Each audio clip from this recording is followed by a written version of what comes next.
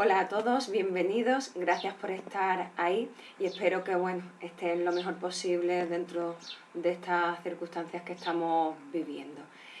Vamos a hablar hoy sobre un nuevo epígrafe dentro de nuestra asignatura, que es Fake News y el ejercicio periodístico.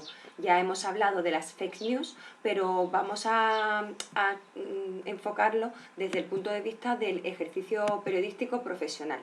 Recordamos un poco la terminología para refrescarlo del vídeo anterior. Fake news, como bien dice el nombre, traducido al español sería noticia falsa. No obstante, como ya dijimos, para nosotros noticia es algo que implica veracidad, por eso pues no nos parece adecuado el término a nosotros y a distintos investigadores de este fenómeno.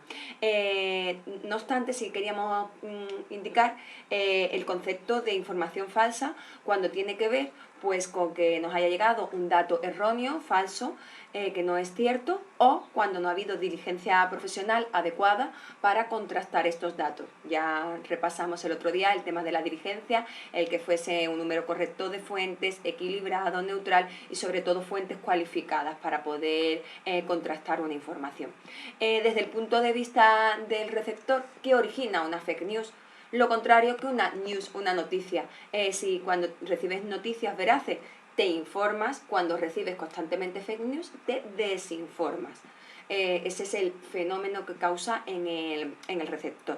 Nosotros nos hemos quedado con el término que pensamos que es el más adecuado, el más cercano, bulo. Según la RAE, un bulo es una noticia falsa que está propagada por algún fin. Ya vimos ejemplos y ahora vamos a seguir viéndolos.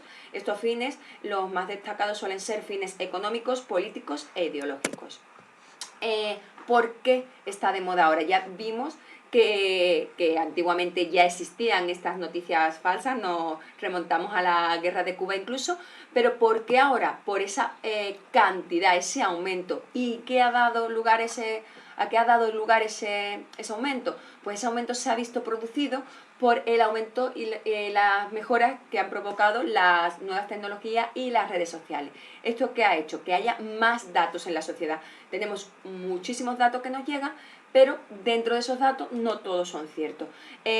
Supuestamente con las redes sociales ha habido una democratización de la información, es decir, llega hasta más personas esta información, pero sin embargo, por el contrario, esto ha hecho que se modifique las rutinas de los periodistas y en sí el periodismo. ¿Por qué? Porque proliferan esas informaciones falsas, hay que ver cómo utilizarlas, cómo tomarlas y sobre todo cómo hacer que no lleguen a los medios tradicionales.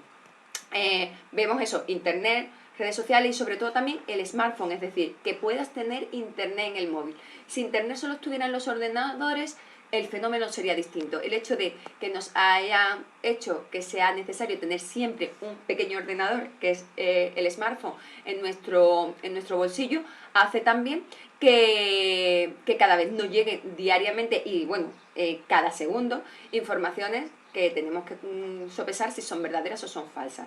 Por tanto, un nuevo acceso a la información y por tanto nuevas maneras de hacer periodismo. ¿Por qué hablamos de eso, de nuevas maneras de hacer periodismo? Porque nos llegan, antes eran especialistas, profesionales los que daban la información y ahora con esta democratización cualquiera puede dar información, con formación, sin formación y con intencionalidad buena o mala. Vale, pasamos a cuál ha sido la consecuencia de todo esto, de esta democratización y que todo el mundo pueda dar noticias. Desconfianza y descrédito del periodismo. Solo un 34% de los españoles confían en las noticias de los medios, un 34%, según la agencia de noticias Reuters. Y en Estados Unidos solo un 32%. ¿Por qué? ¿Por qué la gente tiene esa desconfianza, ese descrédito? ¿Por qué no se cree a los periodistas y a los medios de comunicación?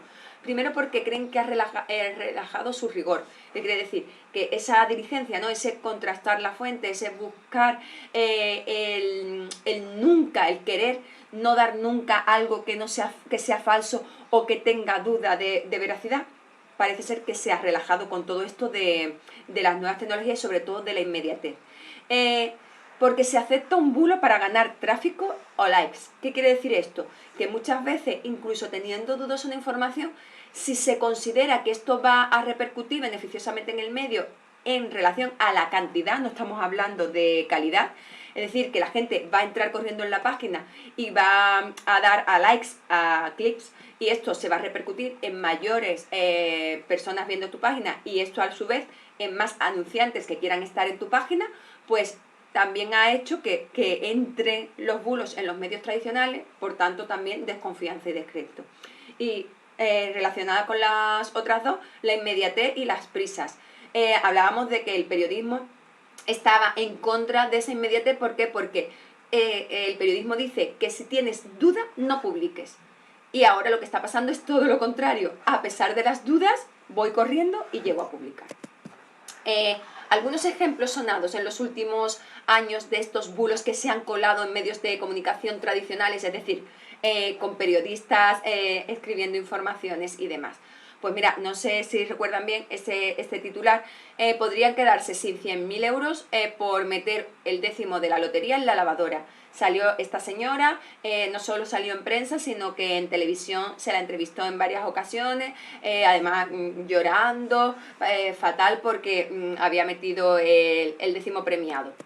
Después pudimos saber que todo esto era falso. Es más, que era una actriz que había sido apagada por un programa de televisión, Salvados, de Jordi Évole, que en ese momento emitía La Sexta y que era el que dirigía en ese momento El Follonero, y que lo hicieron en el fondo para hacer una crítica a cómo es posible colar bulos sin que se contrasten las informaciones. Esto fue un ejemplo, un experimento que hizo un periodista, pero es que también se cuelan bulos y que sean experimentos, sino que al final cueste trabajo llegar a desmentirlo, no como esto que salió en los medios y rápidamente se desmintió. Por ejemplo, fuera de España, un joven reportero de New York Times, que es un medio de comunicación con mucha solvencia, estuvo en cuatro años que estuvo trabajando para ese medio de comunicación hasta que se descubrió lo que había sucedido. Contó 36 historias falsas, 36 historias falsas, 70 que tenían o plagios o falsedades dentro del cuerpo del texto, y terminó este fenómeno con la dimisión del director y del director adjunto. Eso es importante porque ahora hablaremos de las consecuencias. Este es un caso emblemático, que haya incluso dimisiones de personas de altos cargos, pero por lo normal esto no suele suceder, ahora lo explicaremos. En este caso, New York Times es un ejemplo porque además persiguió, y cuando se dio cuenta de una de las mentiras fue tirando del hilo para ver cuántas mentiras había publicado y lo comunicó a los lectores, cosa que no suele pasar. Otras noticias, por ejemplo, no sé si han escuchado la noticia de que la hija de Angelina Jolie y Brad Pitt se va a someter a un tratamiento de cambio de sexo. Es más, yo creo que todo el mundo en su inconsciente lo tiene como cierta, porque es verdad que muchas veces los bulos, a pesar de los desmentidos, si no lo recuerdas muy bien, lo falso, eso primero, es lo que queda, es decir, la información que te llega primero y que además das casi siempre como positiva, es lo que más se queda en tu inconsciente psicológicamente, lo hablamos el otro día. Entonces, pues esto ocurrió en junio del 2017, fue una agencia de noticias la que dio la información y posteriormente la retiró, pero ya había corrido. Es llamativo que, sin embargo, en Estados Unidos no salió, pues es una de las cosas principales, es decir, si ellos son de allí, están allí, hacen su vida allí y allí no salen y en España sí, nos tiene que hacer pensar por qué. Pues sí, por ejemplo, pues un medio reconocido como La Vanguardia publicó esta información. Estamos hablando todos de medios tradicionales, hemos dicho que salieron en televisión, la de la lotería, pues esto que sale en La Vanguardia, en periódicos, pero es que también hay medios, informaciones que van a las redes sociales, que surgen de las redes sociales, pero que después los medios de comunicación se hacen eco. Este en concreto, supuestamente es de Twitter, se ve que es la página supuestamente de Humberto Eco, y a través de eso comunica la noticia de que el escritor Gabriel García Márquez había muerto, en un momento en que después se descubrió que no había muerto. ¿Cuál es la cuestión? Que parece que es una página de Twitter y parece que es oficial, pero sin embargo ni es la página de Humberto Eco ni en ese momento había muerto. Tan rápido surge esto en Twitter y tan rápido se transmite a los medios de comunicación, incluso eso sin corroborar si la información es cierta. La verdad es que a Gabriel García Márquez pues se le mató muchas veces en medios de comunicación y en redes sociales antes de su muerte. Como en este caso en concreto, ¿quién había hecho esto? Hemos dicho que los bulos surgen muchas veces de personas, es decir, son personas o son robots, bots, que también los dirigen personas. en este caso, era un periodista, Tommaso de Benedetti, que quiso también hacer un experimento como este de Évole para decir que los periodistas no confirmaban las noticias de las redes sociales. Y la verdad es que sí es cierto, porque mucha gente dio esta información falsa. ¿Qué hay de común en todos estos ejemplos que hemos puesto?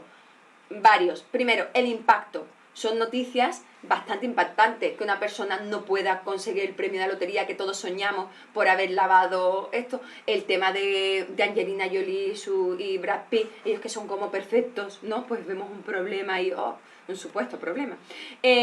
Después, por ejemplo, bueno, la muerte de Gabriel García Márquez, es decir, todos suelen tener impacto y sobre todo todos buscan esa primicia, ese ser el primero, porque está comprobado que el primero que da la noticia después tiene más retweets y eso indica más seguidores, más anunciantes, más dinero. Volvemos a lo mismo del trasfondo económico de los bulos. Y después la falta de inmediatez, la falta de tiempo que provoca esa inmediatez para contrastar y demás. Y al no contrastarlo, pues se cuela. Y otra cosa es, culpable yo, siempre suelen descargar la responsabilidad. Fue porque este se lo inventó, fue porque la agencia de noticias no funcionó bien, fue porque... Pero no hacemos muchas veces autocrítica. Al final el responsable es el que escribe esa noticia. Es decir, si tú no has contrastado bien, tú eres el responsable de que ese bulo siga. Tanto las personas individuales, pero sobre todo los periodistas que tenemos esa obligación, ¿vale? Esa obligación de chequeo. Y esto es lo que ha producido desconfianza en los medios de comunicación. Esto sucede mucho, sobre todo también en el periodismo de tragedia. Es decir, cuando ocurre algo muy llamativo y una gran tragedia, rápidamente los bulos son muy rápidos y los medios de comunicación y los periodistas tenemos poco tiempo para contrastar y al final pasa esto. Hablamos en clase del caso Yule, de esa fake news, de ese bulo de que supuestamente los padres no habían alertado en un primer momento de lo sucedido porque cayó en un pozo que se estaba utilizando para el tráfico de drogas. Ahí quedó. Hablamos también que eso no solo afecta a la veracidad de la información, sino también al honor del padre, al que habían vinculado con esto. Y después podemos pasar a otro ejemplo también similar, que es el atentado del Estado Islámico que tuvo lugar en Barcelona en 2017. Recuerdan, ¿no? 15 fallecidos, más de 100 heridos. Pues tras este atropello mortal, ¿no? Con esa furgoneta que supuso la tragedia y demás, tanto en Radio Nacional, Televisión, TV3, que es la televisión catalana, El Español, El Nacional, El Confidencial, muchos medios informaban de que se había trincherado en un restaurante de la Rambla uno o dos de los terroristas. Vemos aquí los titulares que lo cuentan y no solo eso, sino que se daban datos muy concretos. Llegaron a decir qué armas portaba ese hombre que se había trincherado o esos dos hombres, que la policía estaba negociando con ellos, pero es que los Mossos lo tuvieron que desmentir. Todo eso era falso. Una persona lo crea y empieza a correr como la pólvora y llega a medios de solvencia. Es más, había titulares como el tiroteo, además de esto, de que se había trincherado en un restaurante, pasó también al Corte Inglés, que uno de los atacantes de la furgoneta había terminado en el Corte Inglés. Y esto además llega a los medios de comunicación, pero es que incluso hay audios perfectamente hechos, con lloro, con caras, diciendo, no aparece mi hermana, estaba en la zona donde ha pasado, en el restaurante. Después, tengo una amiga del ayuntamiento que me confirma que ahora mismo en directo están matando a personas. Es decir, todo esto se une de tanta veracidad, parece, ¿no? Supuesta veracidad, que es imposible pararlo y en esos momentos de tragedia, de primeros momentos, hace que llegue a todos los medios. ¿Cuáles son los bulos que más llegan? Pues sobre todo pues, el poder del miedo y del terror, ¿no? El contar, un amigo mío me acaba de contar que además es policía o que es del ayuntamiento, esto que hace supuestamente que tenga una fuente fiable. Después, bueno, vamos a parar aquí porque el vídeo tiene que ser de 15 minutos por el tema tecnológico y volvemos a esta diapositiva, ¿vale? Muchas gracias.